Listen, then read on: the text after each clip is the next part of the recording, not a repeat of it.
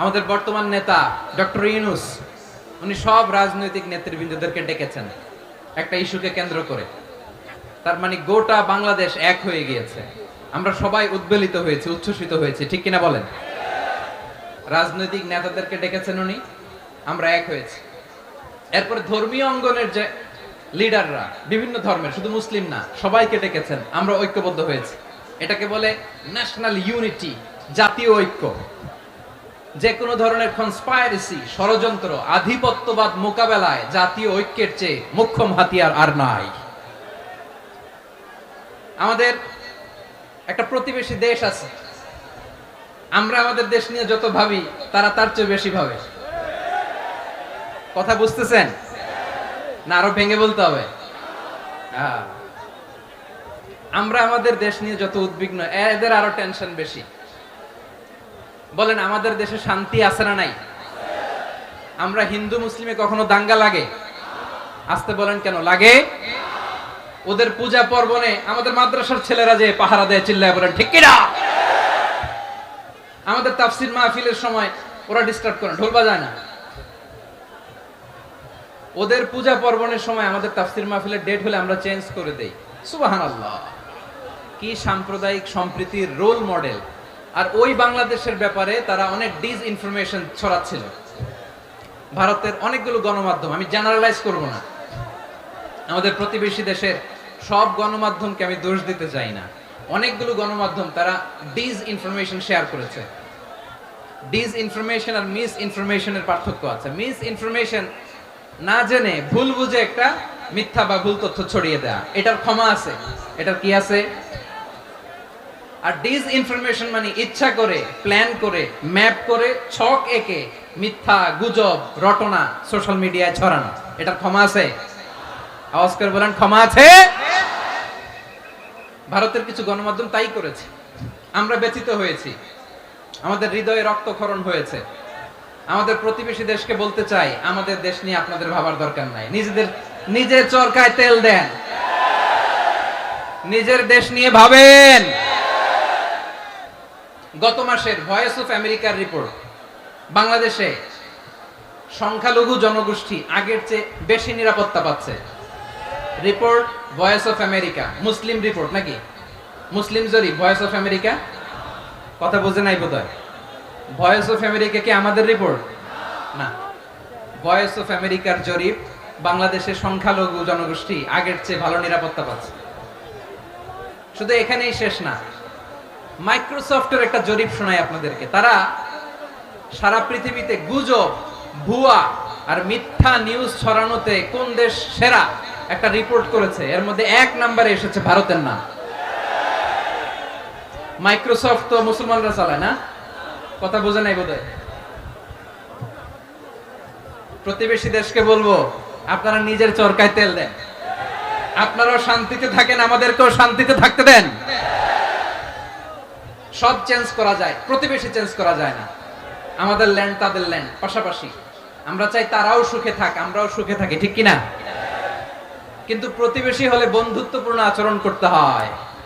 প্রতিবেশী যদি বন্ধু না হয়ে প্রভু হতে চায়, এরকম দানব প্রতিবেশী কেউ চায় না। ভারত যদি বন্ধুত্ব উপহার দেয়, আমরাও বন্ধুত্ব দিব, কি বলেন? তারা যদি বন্ধু সুলভ আচরণ করে, আমরাও বন্ধুত্ব উপহার দেব। কারণ আমাদের পররাষ্ট্র নীতি হচ্ছে সবার সাথে বন্ধুত্ব, কারোর সাথে বৈরিতা নয়। আলহামদুলিল্লাহ বলেন, কত চমৎকার পলিসি আমাদের। আমরা নির্বিবাদী, আমরা বাংলাদেশিরা শান্তিকামী। We are proud of that. এজন্য আমরা গর্ববোধ করি। আমাদের পররাষ্ট্র নীতি সবার সাথে বন্ধুত্ব, কারোর সাথে শত্রুতা নয়। তাই প্রতিবেশী দেশকে বলবো, আমার ভাইয়েরা, আপনারাও আমাদের ভাই, বন্ধুত্ব দিলে বন্ধুত্ব পাবেন। বন্ধুত্ব ইজ ওয়েলকাম, দাদাগিরি নয়। বন্ধুত্ব ওয়েলকাম, দাদাগিরি নয়। Loud and clear. ভারত যদি বন্ধুত্ব দেখায়, বন্ধুত্ব পাবে। কিন্তু ভারত যদি বাংলাদেশে আধিপত্যবাদ বিস্তার করতে চায়, বাংলাদেশের 18 কোটি জনগণ সেটা রুখে দেবে। ভারত যদি গৌর গোবিন্দের ভূমিকায় নামতে চায়, দেশের 18 কোটি মুসলমান শাহজালালের ভূমিকায় নামবে।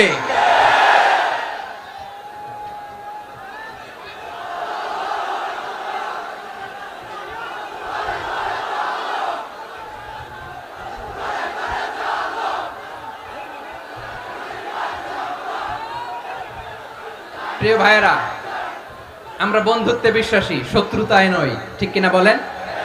আল্লাহ আমাদেরকে বোঝার তৌফিক দান করুক। তাহলে এই যে তারা বলেছে এদেশে সংখ্যালঘুরা কষ্টে আছে, দুঃখে আছে, এটা কি ঠিক? বলেন, এটা কি ঠিক? না, তারা ডিস ইনফরমেশন শেয়ার করেছে, এটা ঠিক নয়। আমার প্রতিবেশী বন্ধু রাষ্ট্রকে বলবো, আপনারা এটা করবেন না, এটা করবেন না। আমরা শান্তিতে আছি, আপনারাও শান্তিতে থাকেন, আমাদেরকেও শান্তিতে থাকতে দেন।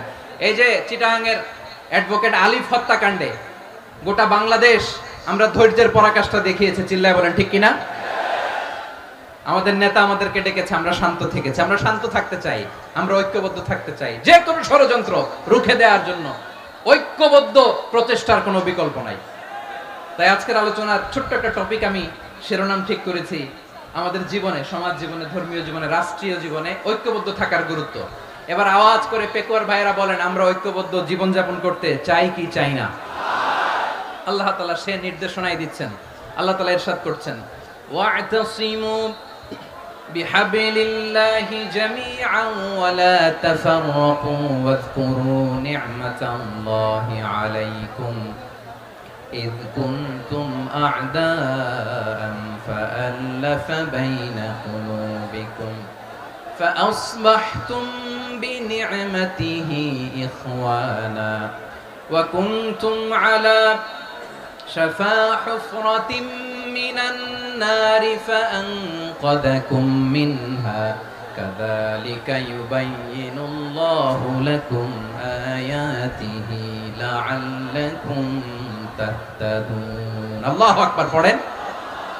আল্লাহ বললেন, ও গোলামেরা শোনো, ওয়া'তাসিমু বিহাবলিল্লাহি জামিআ, ও আমার গোলামেরা সবাই মিলে আল্লাহর রশিকে আঁকড়ে ধরো। আল্লাহর রশি হলো ইসলাম, আল্লাহর রশি হলো কোরআন। আল্লাহ বললেন, কোরআনকে আঁকড়ে ধরো, ইসলামকে আঁকড়ে ধরো। একা একা আঁকড়ে ধরলে চলবে না, জামিআ সবাই মিলে আঁকড়ে ধরো। এই আদেশটা আমাদের জন্য দান করেছেন কে? আল্লাহ তাআলার নির্দেশ, ওয়া'তাসিমু বিহাবলিল্লাহি জামিআ, সবাই মিলে আল্লাহর রশিকে আঁকড়ে ধরো। হাবলুল্লাহ মানে আল্লাহর রশি। হাবলুল্লাহ মানে কি? রশি। এই হাবলুল্লাহ আল্লাহর রশি বা আল্লাহর রজ্জু দ্বারা উদ্দেশ্য হচ্ছে ইসলাম। আল্লাহর রশি দ্বারা উদ্দেশ্য কি? তাফসীরে অনেক ব্যাখ্যা এসেছে। এই এরকম পরিস্থিতিতে তাফসীরের সূক্ষ্ম সূক্ষ্ম বিষয়গুলো আমরা শোনাতে চাই, কিন্তু পরিবেশ হয়ে ওঠে না। আল্লাহর রজ্জু বা আল্লাহর রশি দ্বারা উদ্দেশ্য হচ্ছে ইসলাম। আল্লাহর রজ্জু বা আল্লাহর রশি দ্বারা উদ্দেশ্য হচ্ছে কোরআন। কারণ কোরআন আমাদেরকে ঐক্যবদ্ধ করে, ইসলাম আমাদেরকে ঐক্যবদ্ধ করে। চিল্লায় বলেন ঠিক কিনা? এজন্য আল্লাহ বললেন, তোমরা আমার রশিকে আঁকড়ে ধরো, বিচ্ছিন্ন হয়ে না। আমার দেয়া নেয়ামতগুলো স্মরণ করো।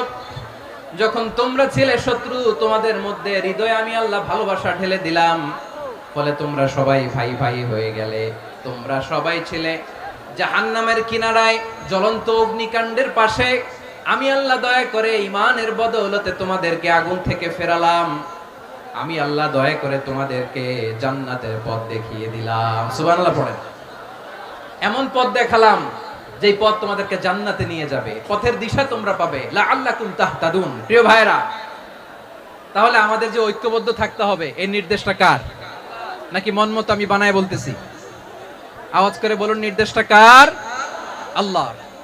তাহলে আমাদেরকে ঐক্যবদ্ধ জীবন যাপন করতে হবে। প্রিয় ভাইরা, ইসলাম আমাদেরকে ঐক্যবদ্ধ করে।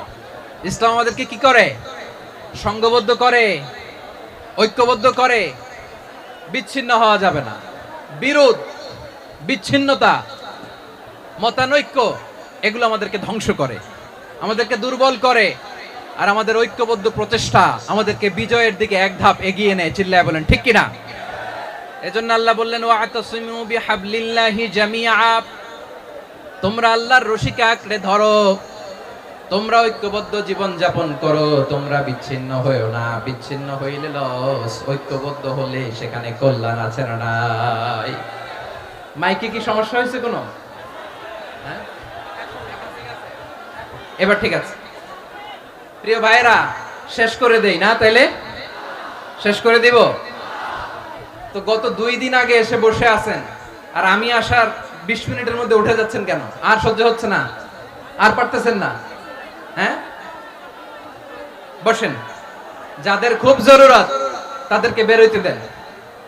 অনেকে সকাল থেকে বসে আছে, ওয়াশরুমে যেতে হবে, সারাদিন কিছু খায় নাই, পাগলের মতো বসে আছে। আমি জানি, সব রিপোর্ট আছে আমার কাছে। মেহেরবানি করে বিশৃঙ্খলা করবেন না, আল্লাহর ওয়াস্তে, আল্লাহর ওয়াস্তে। যাদের কষ্ট হচ্ছে বের হয়ে যান, আরো কয়েক মিনিট কথা বলে আমরা শেষ করব। আল্লাহর ওয়াস্তে, আল্লাহর ওয়াস্তে এরকম বিশৃঙ্খলা করা মোটেও কাম্য নয় প্রিয় ভাইয়েরা। আল্লাহর ওয়াস্তে, এই শব্দটা কতবার ইউজ করেছি আমি, আল্লাহর ওয়াস্তে। আপনার বুক কাঁপে না? হ্যাঁ, ভয় হয় না আল্লাহর? একটু থামেন, একটু থামেন, মেহেরবানি করে, মেহেরবানি করে। এই তো, হ্যাঁ, মাশাআল্লাহ।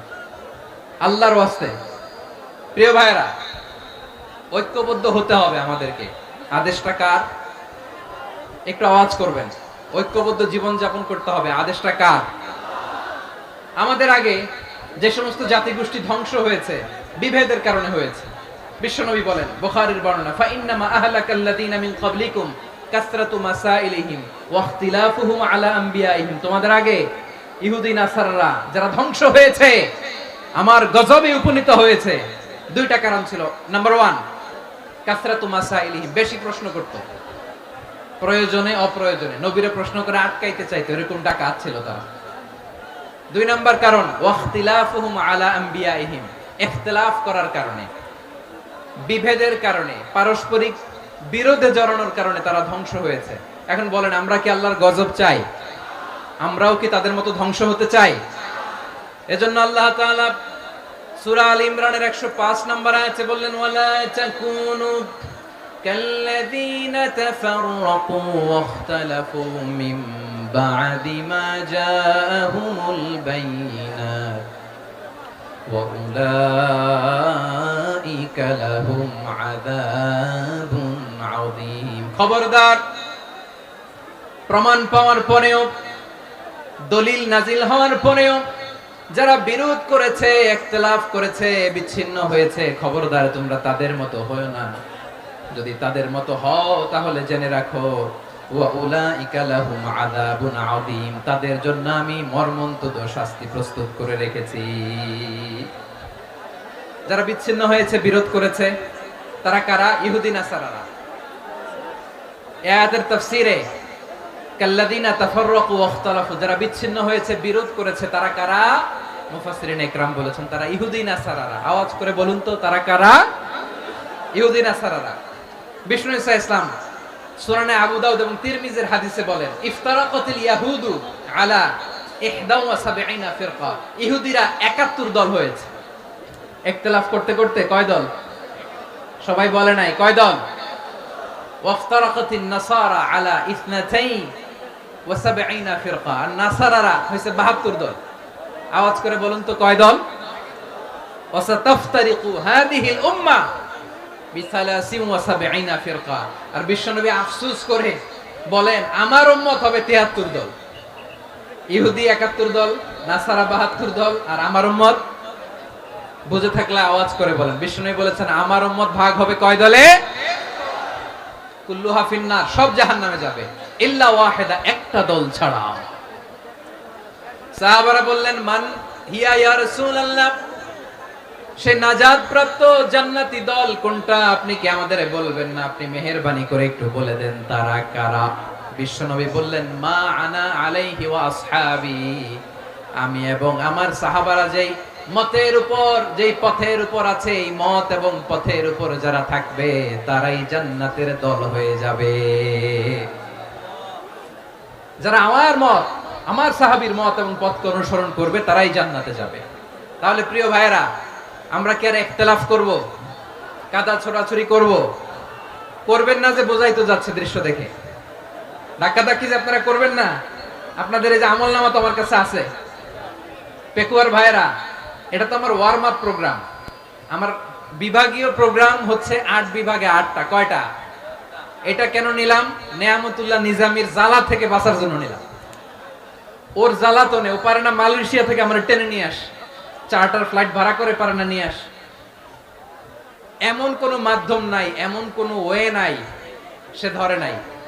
আর তার কাছে আমার কাছে তার দাবিও আছে, কারণ এর আগে 2-3 বার আসার কথা ছিল। কয়েকবার এসে এসে ফিরে গেছি, অনুমতি হয় নাই। এখন দাবার গুটি পাল্টে গেছে। দাবার গুটি পাল্টে গেছে। এক মাঘে শীত যায় না, কিন্তু আমরা স্মরণে রাখি না, ভুলে যাই। এটাই বড় আফসোস প্রিয় ভাইরা। তো এটা ওয়ার্ম আপ প্রোগ্রাম, এটা ওয়ার্ম আপ উদ্বোধনী প্রোগ্রাম, বিভাগীয় প্রোগ্রাম আমার জানুয়ারি থেকে শুরু। তো যা যা করছেন আমার সাথে পেকুয়াতে সব কিন্তু বয়ান দিব, ওই জায়গায় সব বলে দিব পেকুয়াবাসী কি করছে।